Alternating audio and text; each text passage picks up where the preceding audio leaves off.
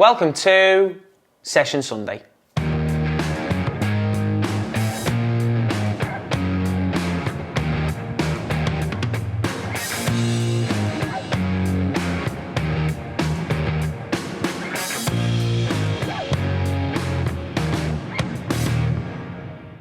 Hi guys, it's Jack Edwards, and in today's video we're going to be focusing on high intent small sided games.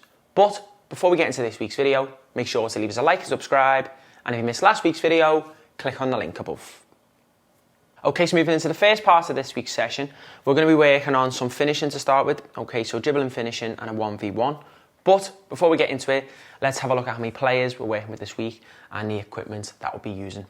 So in terms of players for this week, we're going to have 12 outfield players and we've got 2 goalkeepers, okay? But if you don't have goalkeepers, we'll speak about how you can adapt that, okay? So you can just use small-sided goals instead, okay, to make it a bit more realistic. And then when we're doing 1v1s, the players have got to try and beat each other to score in 1v1 scenarios. And when we move into small-sided games, we can just use small-sided goals, so the players have got to work the way towards goal to score. Now, in terms of the equipment, we're going to be using balls, bibs. If you have poles, that's great to use for when we're doing the dribbling area here. And also, if you don't have small-sided goals, you can use poles as an alternative as well. Now, in terms of the setup for this part of the session, okay, the distances between the 2 goals in here, okay, is going to be between 20 and 25 yards. Okay, so you just adapt that depending on how much space you've got, and then to see if you've got enough space for these areas here as well. So, you're just going to have a small area between the 2 goals here, okay, where the start points are here. So you want the players just starting by the goal each time. Now, you're going to have between the cones here and the goals there, again, a little bit of yardage. So you're looking at between 20 and 25 yards in full width here, okay. So let's say you say there's 10 yards between these 2 here, okay. And then, or you even just say 5 yards between each one of these, and then this area can be between 5 and 10 yards. So these don't have to match up with the goals and stuff like that, okay? But you just want them in the area. So the players are going to do 3 things, okay? They're going to dribble through the cones and score. As soon as they do that, there's going to be a ball behind the goal for them, okay? They're going to get the ball, drive in and finish 1v1.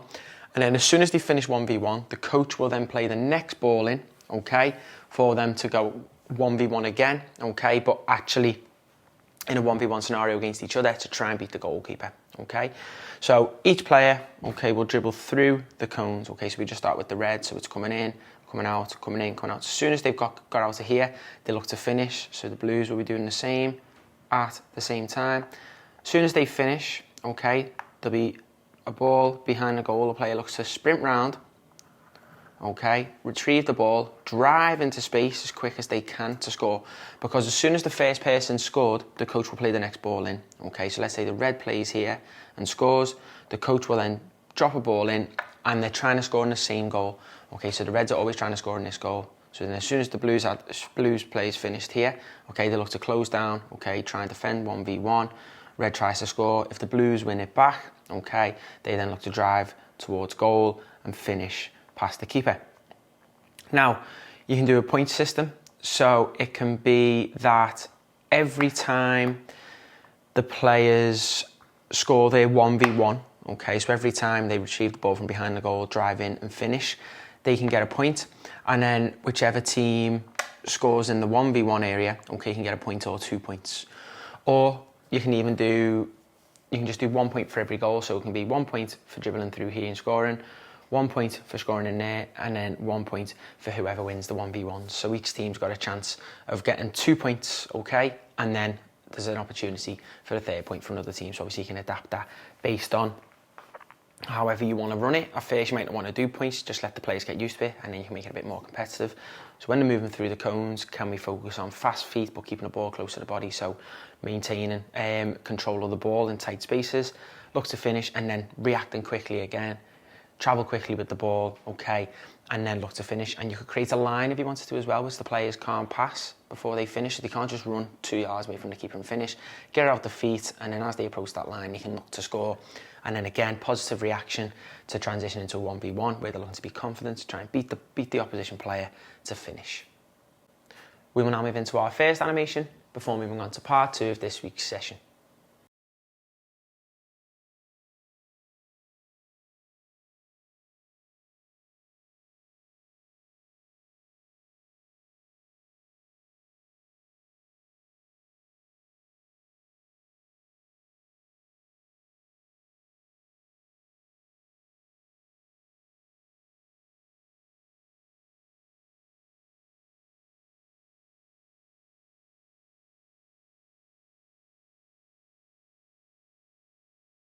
Now moving into part 2 of this week's session, we're now focusing on a 2v1 attacking and defending game, okay?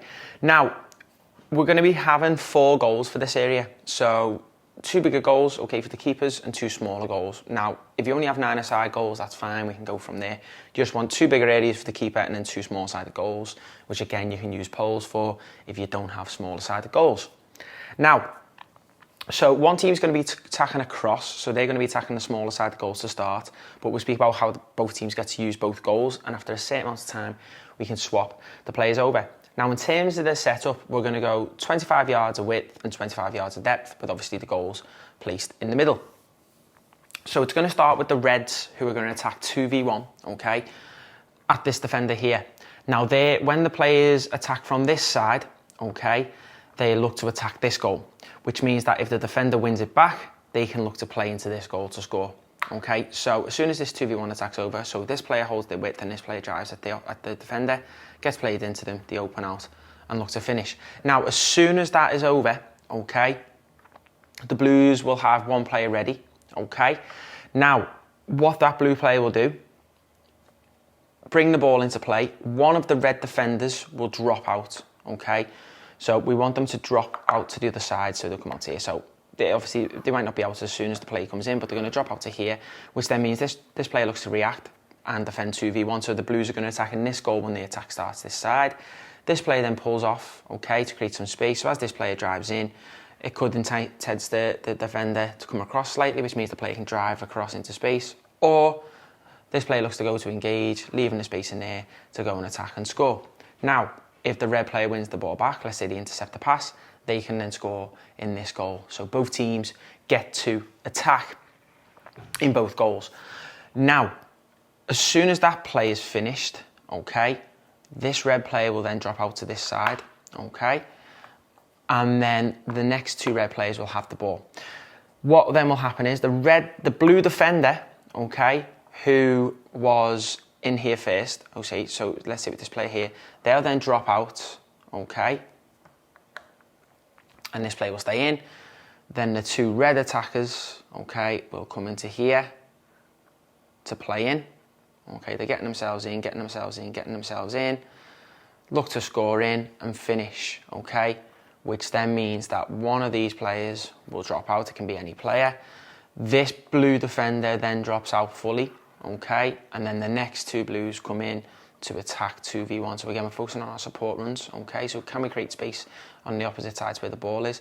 If the player looks to drive in centrally, can we look to get round and to create space, okay, to force the defenders maybe go wide, take that step out, so we can drive in, or keep following across to leave their space to then score. After a set amount of time, the teams can swap over, so one team looks to attack that way more, and one team looks to defend the opposite way. And you're obviously going to do a point system. Every time a team scores, okay, they can get a point.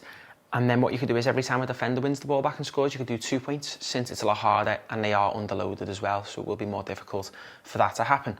So, as you remember, just to go through it again, we have, okay, player starting in the middle, so let's say the Blues, okay, the attack will come from the overloaded, from the side with more players.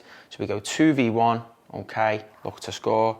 As soon as that's finished, one attacker drops out, okay, this player brings the ball in, then we look to score, bang, play, then the other player drops out, so players will get to do a bit of everything, okay. One attacker then drops out, and then the next 2 Reds come in. So to start with, go through it quite slowly with the players, okay, so that they can get used to obviously the rotations and the transitions, and after that I can obviously go speeding up, so then as soon as the ball's finished, the next person comes in. So you're focusing on our speed of play, okay, attacking the space quickly, penetrating that space, okay, getting the ball into an area where we can score, our support runs for the player in possession, okay, and then being confident to take the defender on and look to score. We will now move into our next animation before moving on to the final part of this week's session.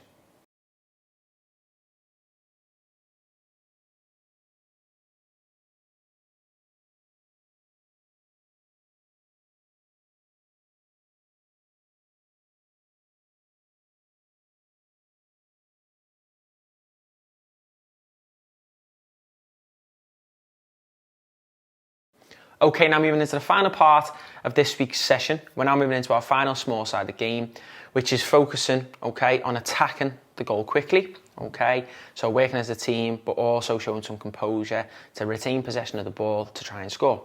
Now, the setup for this part of the session, okay, is going to be 20 to 25 yards of width and 20 to 25 yards of depth. So they're based on how many numbers you've got, okay, and how much space you've got to work in. The age of your players, you can increase and decrease.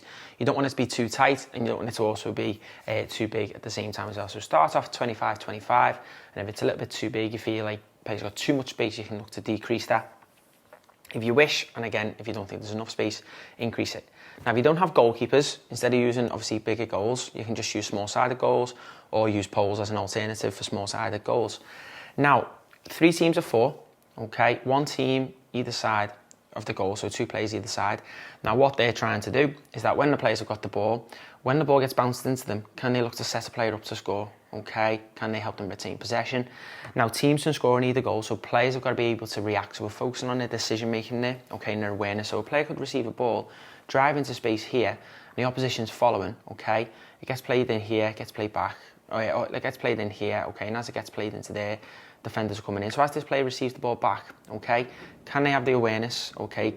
Can they have that focus, okay, and making sure that, and scanning to see that they can open out, play to a teammate and go the other way.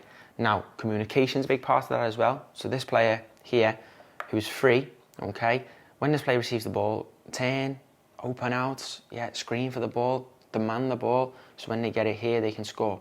Now, if a team scores, they then get the next ball. The coach will play in straight away, okay, and they look to score. So it could literally be like that. The ball gets played into a player, open out, and finish, okay? So we're focusing, again, high intensity, okay? So making sure that the player's making the right decisions at high intensity, okay? Not just panicking, snatching at the ball, okay? Not keeping the ball, poor first touches, being comfortable playing at that level, okay?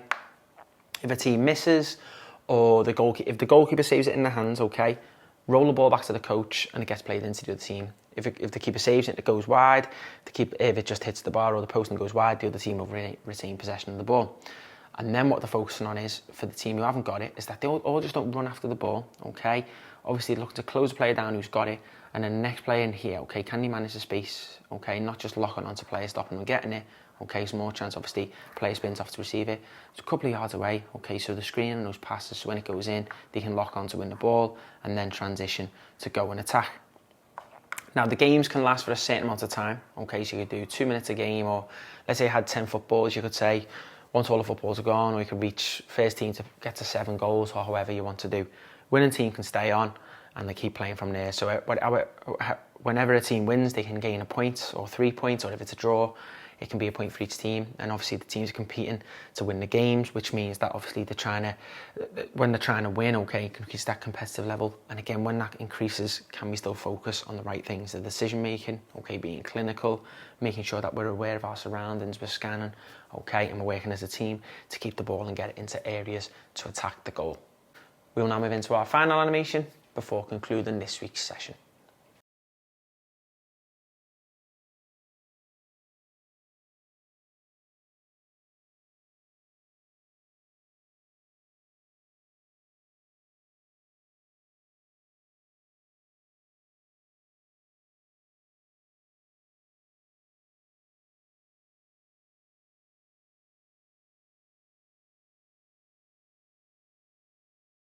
Thanks for watching this week's video.